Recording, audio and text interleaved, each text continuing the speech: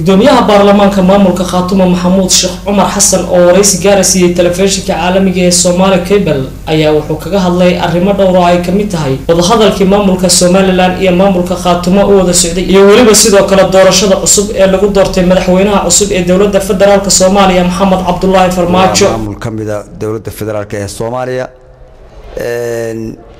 mana dhacayso mana dhici doonto waxyaabaha dadkan ay ka sheekeynayeen war midnimada ummadda Soomaaliyeed dadkani waana u dhintay waana u dhaawacay balaayo kastaana waa u soo martay ummadda Soomaaliyeed baan ula midnahay waa soo dhaweynaynaa madaxweynuhuna wax dheeri ah kama sheegin wuu u hambaliyay markaan u hambaliyay buu ogaa shuruudahan iyo dastuurkayga iyo nidaamkayga oo dhan buu la socdaa qof aan dooc dareen ogeyn baa wuxuu iska oranayaa meel heblu jooga midda kale maamulka leeyahay Somaliland wada hadal baa noo dhaxeeya aad baan u dareeynaa inaan ku guuleysano waa dhibaatooyin annaga dhexdayada ah waa dhibaatooyin ay dhulkayga ku qabsadeen waa dhibaatooyin ay dalkayga ku haystaan waa ay ku barakiciyeen waa ay ku laayeen waxaanu isla garanay inaan ka wada hadalno si nabadgelyo uga wada hadalno uma malayn maayo kuwa calfanaya inay yihiin waa kuwa aad moodo marka meel lagu shiriyay wax la isweydiiyaba shakhsiyaad baa jirta caadaystay inay ka been sheegaan oo ka tarjumaan waxaan maqlayay nin wasiir oo xalayta ka hadlayay oo le muxuu ahaa dawladda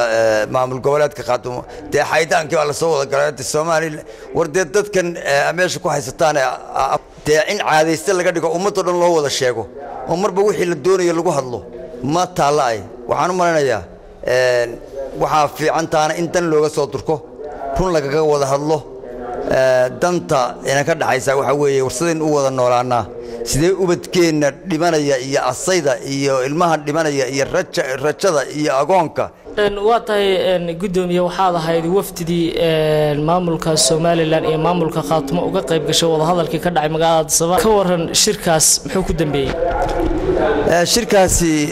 shirba kama dambeeynin waxa ka dambeeyay mid gudida farsamadu ay leedahay 12 qodob baa la isla qaatay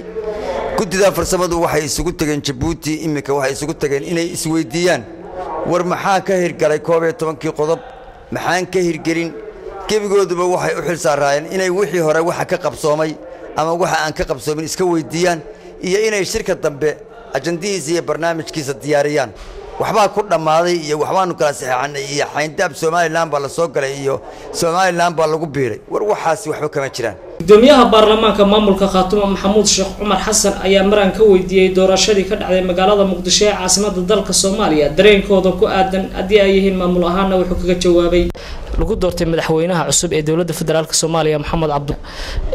idinka maamulkiina raay ahaan maxaad ka qabtaan maxay soo kordhinayaa madaxweynaha cusub ee la doortay madaxweynayaashii hore muxuu kaga duwanaanayaa goobjoogka ayaan u hambalyeynay ummadda Soomaaliyeed baan la midnay si u hambalyeynayso waa tahay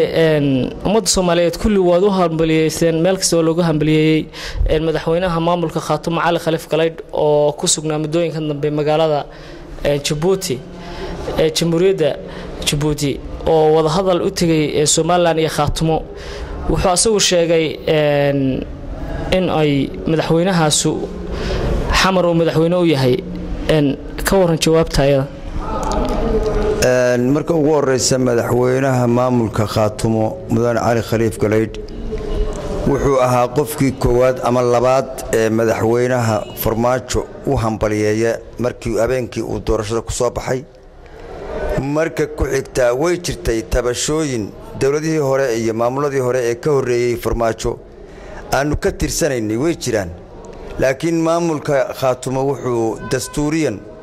ku cad sida dastuurka iyaga ku cad inuu ka mid yahay maamul goboleedada dawladda federaalka ee Soomaaliya gudoomiyaha ayaa waxaan weydiiyay hadal dhawaan ka soo baxay madaxweynaha maamulka Khaatumo Cali Khaliif Galeyd oo si weyn looga hadalhayay deegaanada maamulka Khaatumo wuxuuna hadalka kaga jawaabay sida tan waa tahay gudoomiyaha hadeenu inta su'aalahaagii hore aynu ku dhaafno madaxweynaha maamulka Khaatumo Cali Khaliif Galeyd ayaa dhawaan hadal uu ka yiri magaalada Djibouti wuxuu yiri dhaxal buu uga tagayaa madaxweynaha Somaliland dadka deegaanada degan أحمد محمد سيلانيو oo dadka deegaanadan ay aad uga xumaadeen iyo shacabka reer Khaatumo hadalka maxaad ka leedahay halka uu madaxweynaha Siilaayo uga tagay ummadda Soomaaliyeed